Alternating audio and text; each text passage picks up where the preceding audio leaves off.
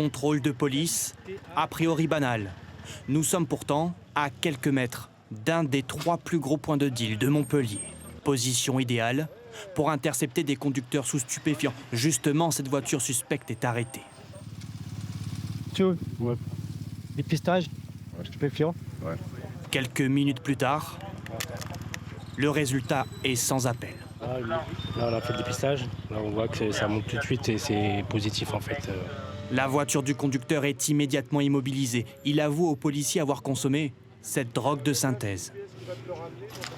Conduit au commissariat, l'homme risque 2 ans de prison et 4 500 € d'amende. Contre ce trafic de drogue, une seule solution pour ce commissaire. Il faut mener de front le travail sur les points de deal et sur les consommateurs. Sans consommateurs, il n'y a pas de marché, et sans marché, il n'y a pas de trafic. En France, le nombre de consommateurs ne cesse d'augmenter.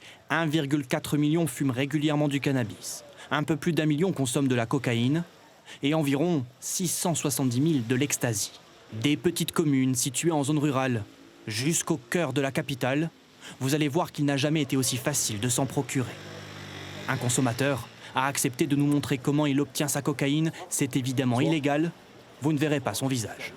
La commande se fait directement par message sur son téléphone. Possible, livraison rapide, 1 gramme de coke? Hello, oui. C'est combien, rappelle-moi? 70 €. En à peine 30 minutes, le dealer est déjà là. Nous décidons de ne pas accompagner le consommateur, qui revient avec un petit sachet. Ouais. Ça, c'est beau. Le jeune homme semble ne pas avoir conscience des risques pour sa santé. Chaque mois, il peut dépenser jusqu'à 500 €.